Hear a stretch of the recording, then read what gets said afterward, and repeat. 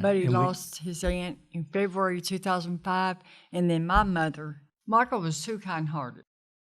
Okay, I don't care who the person was, what background they had. I've seen Michael take clothes out of his own clothes and put on people. Michael was born on his great-grandmother's birthday. Okay, that's a neat coincidence. Yeah. I heard them high heels coming down the hallway. Gotcha.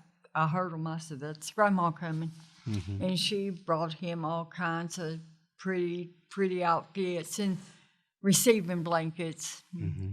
Where's that baby born on my birthday? Yeah, there we go. Whenever Dad passed away, I guess that was a turning point for Mike. Gotcha. And that's not uncommon for people. I'm going to share this.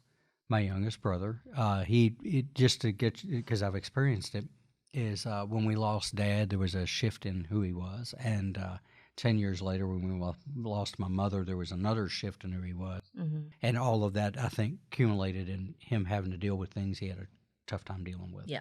So, and I think that's why I asked that, is we all handle those losses in different ways. I know losing my parents was very difficult, but I think it hit some people in my family harder than others, if that makes any sense on that too. It was hard on all of us. Michael wouldn't. When my mother died, Mm-hmm. Jennifer was there with us. Okay. But Michael stayed in the waiting room because he didn't want to see, they called her Ma Pat. He could not see her dying. Gotcha. Sure. Yeah. Well, when our dad passed away, it was December of 2004. And then my Aunt Cheryl passed away in February of 2005. So it was just 2 months after Dad passed away. Wow. Well, then Ma Pat passed away in March of 2005. So we had 3 major deaths in our family within 4 months. Yeah, that's a lot. Yeah. That's a so lot. by the time Ma Pat passed away, I was emotionally numb.